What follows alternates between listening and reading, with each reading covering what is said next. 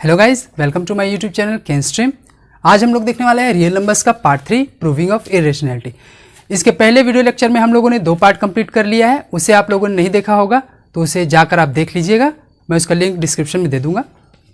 आज हम लोग क्लियर करने वाले हैं रियल नंबर्स का पार्ट 3 प्रूविंग ऑफ इरेशनैलिटी। इसमें जो क्वेश्चन आते हैं वो डायरेक्ट क्वेश्चन होते हैं। Prove that √5 is irrational number, prove that √2 is irrational number, prove that √3 is irrational number. यहाँ पे जो नंबर हैं ये √5 चेंज हो जाएगा, √3 भी दे सकते हैं, √2 भी दे सकते हैं, √11 भी दे सकते हैं, √7 भी हो सकता है। जो भी नंबर यहाँ पे रहेगा 5, 7, 2 तो घबराने वाली बात नहीं है। इसी के जैसे एक प्रोसेस जैसा हम लोग बनाएंगे, उसी के जैसे सारे प्रोसेस को करना है हमको। तो prove that √5 is irrational number. अब इसमें हमको कैसे सॉल्व करना है। कभी भी क्वेश्चन इरेशनल नंबर वाला आएगा कि प्रूव दैट इरेशनल नंबर, तो उसमें हमको कॉन्ट्राडिक्शन लेके चलना पड़ता है। कॉन्ट्राडिक्शन का मतलब होता है अपोजिट। जैसे मान लीजिए कि आपको कोई बोलेगा कि prove that this is a black marker, तो ये दिख रहा है ब्लैक मार्कर है, लेकिन इसी को हमको प्रूव करना है। तो कैसे प्रूव करेंगे? कुछ इसके क्वालिटीज होंगे कि भाई ये ब्लैक चलेगा, ब्लैक दिखेगा। वैसे ही हमें ये √5 को इरेशनल बताना है। हमको मालूम है कि √5 इरेशनल नंबर होते हैं, बट उसी को हमको प्रूफ करना है। तो कैसे प्रूफ करेंगे? तो इसके लिए हमको कॉन्ट्राडिक्शन मेथड लेना पड़ता है। अब वो मेथड क्या है देखिए। सॉल्यूशन इसका स्टार्ट करते हैं। Prove that √5 is irrational number. तो सबसे पहले तो हमको ये एज्यूम करके चलना पड़ेगा कि √5 इरेशनल नहीं है, √5 एक रेशनल नंबर है। तो लेट √5 इज रेशनल नंबर और अरेशनल नंबर।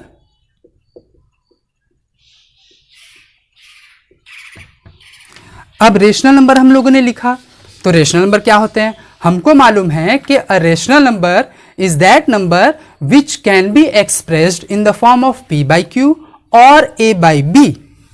रेशनल नंबर ऐसे नंबर्स होते हैं जिनको हम लोग p/q के फॉर्म में लिखते हैं, जहां पे q is not equal to 0 होता है, p और q इंटीजर्स होते हैं और साथ ही वो कोप्राइम भी हो सकते हैं। देखिए मैंने जो बोला वो √5 इज रेशनल नंबर।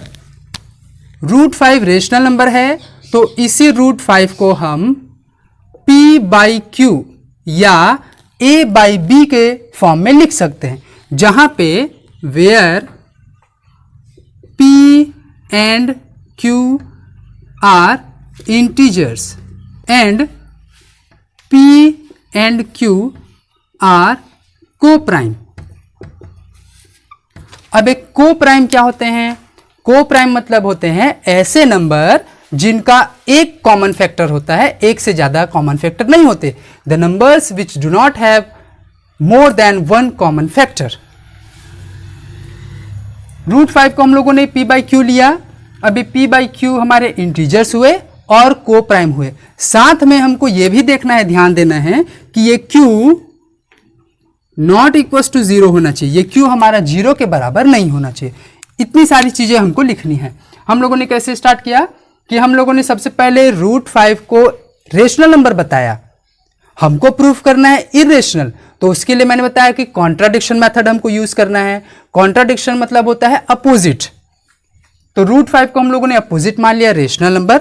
अब रेशनल नंबर की क्वालिटीज क्या होते हैं, प्रॉपर्टीज क्या होते हैं?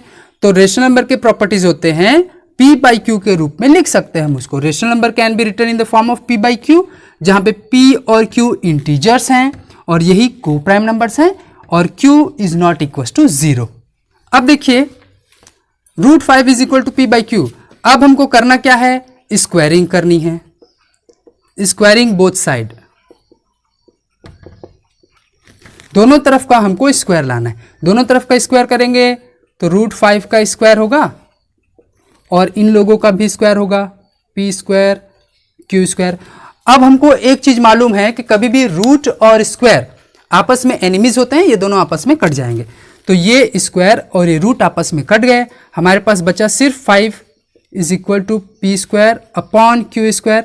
अब ध्यान दीजिएगा, ये q² आप यहां ले आइए और इस 5 को यहां नीचे ले आइए। ये q² यहां चले जाएगा, जिसको हम लोग क्रॉस मल्टीप्लाई बोलते हैं, और ये 5 यहां आ जाएगा। तो q² is equal to P square upon 5। अब यहां पर देखिए ध्यान से, ये हमारा पी स्क्वायर है, P square upon 5, Q square is equal to P square upon 5। अब यहां पे हम एक कंक्लूजन निकालेंगे। क्या कंक्लूजन निकालेंगे? यहां पे देखिए, ये पी स्क्वायर 5 से डिवाइड हो रहा है, क्योंकि नीचे में डिवाइड का हम लोग साइन लगाए हैं। देखिए पी स्क्वायर अपॉन 5, इसका मतलब क्या है कि ये P square is divisible by 5। अगर मान लीजिए कि पी स्क्वायर के जगह पे मैं 10 स्क्वायर कर दूं, तो 10 स्क्वायर इज डिविजिबल बाई 5। ये 10 का स्क्वायर करेंगे तो 100 आएगा, 100 5 से डिविजिबल है, तो हम यहां पे क्या बोल सकते हैं कि P square is divisible by 5। अगर पी स्क्वायर डिविजिबल है 5 से, तो खाली पी भी तो डिविजिबल होगा 5 से। ये 10 स्क्वायर अगर 5 से डिविजिबल है, तो ओनली 10 भी तो 5 से डिविजिबल होगा। इसी चीज को हम लोग को कंक्लूजन यहां पे लिखना है कि P square is divisible by 5। P square is divisible by 5, तो P is also divisible by 5।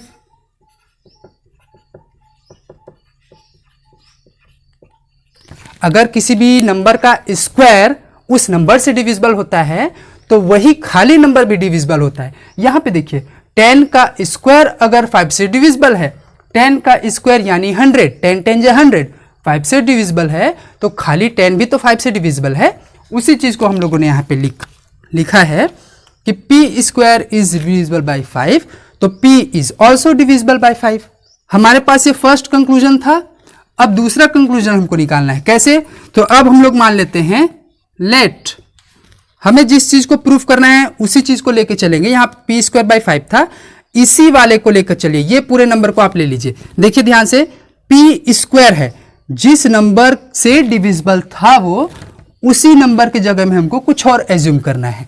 जैसे यहां P square is divisible by 5 था, तो पी स्क्वायर की जगह पे कुछ और लेके देख लीजिए।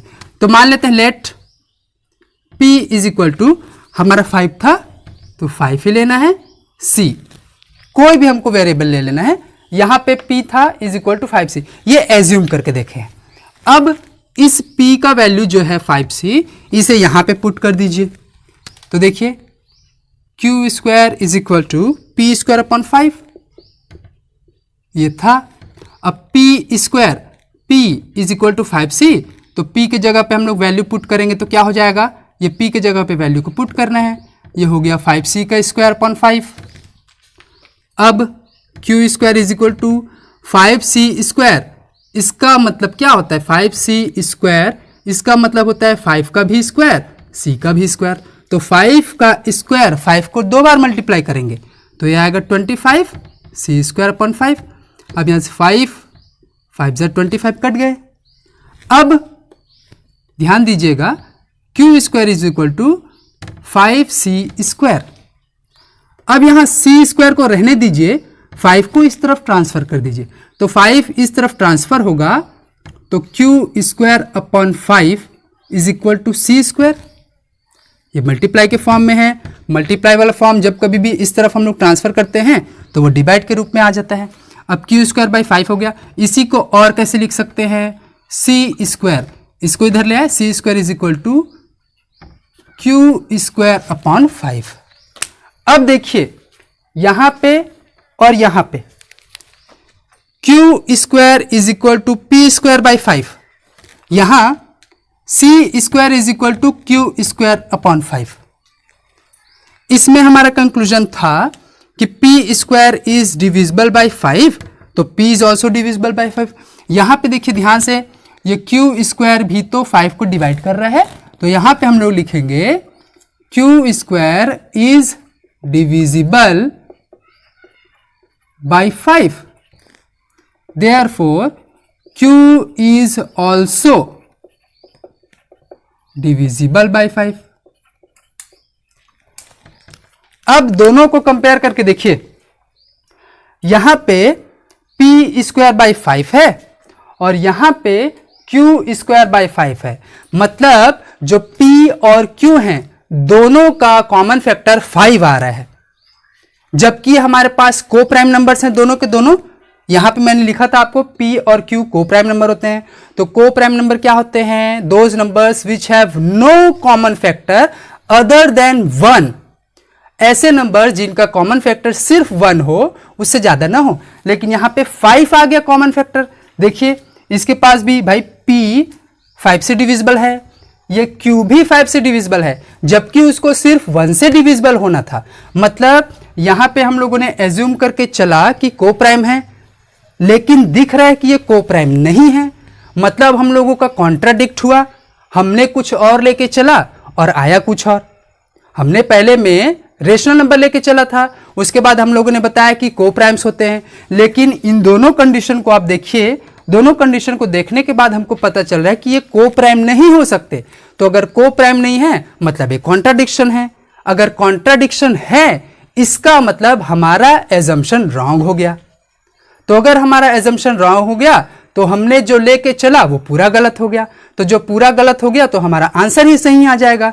मतलब ये है कि अगर हम लोगों ने इसको को प्राइम पहले बताया और अभी हमको पता चल रहा है कि ये को प्राइम नहीं है, therefore our contradiction is wrong, hence √5 is rational number. यहां पे हमको एक लाइन लिखना है, देयरफॉर आवर एजम्पशन, क्योंकि जो हम लोगों ने एज्यूम करके चला था, एजम्पशन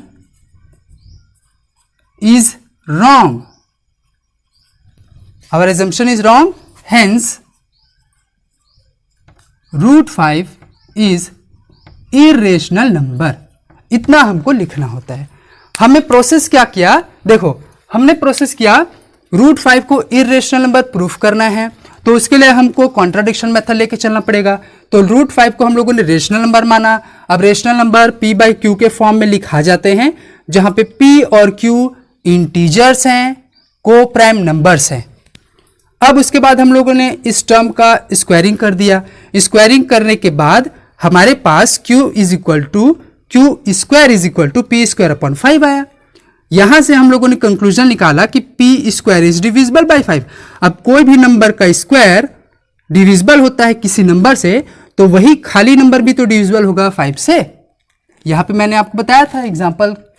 अब Q square is equal to P square upon 5, यहां पे जो टर्म दिए हुए हैं P स्क्वायर और 5, तो 5 को हमको लेके चलना पड़ता है P स्क्वायर के साथ। कैसे? तो P is equal to 5C, क्योंकि हम लोगों ने Q यूज कर लिया। यहां पे आप A B C D E F G कुछ भी ले सकते हैं। अब यहां पे P का वैल्यू हम लोगों ने पुट कर दिया। P का वैल्यू स्क्वायर के जगह पे पुट किया, तो P के जगह पे 5C हम लोगों ने लिखा। अब इस 5C को जब हम लोग सॉल्व करते गए तो यहां पे हमारा आया conclusion Q square upon 5 is equal to C square. इसी को आप ऐसे भी लिख सकते हो, C square is equal to Q square upon 5। अब यहां से हमारा कंक्लूजन आया मेन कि Q square is divisible by 5।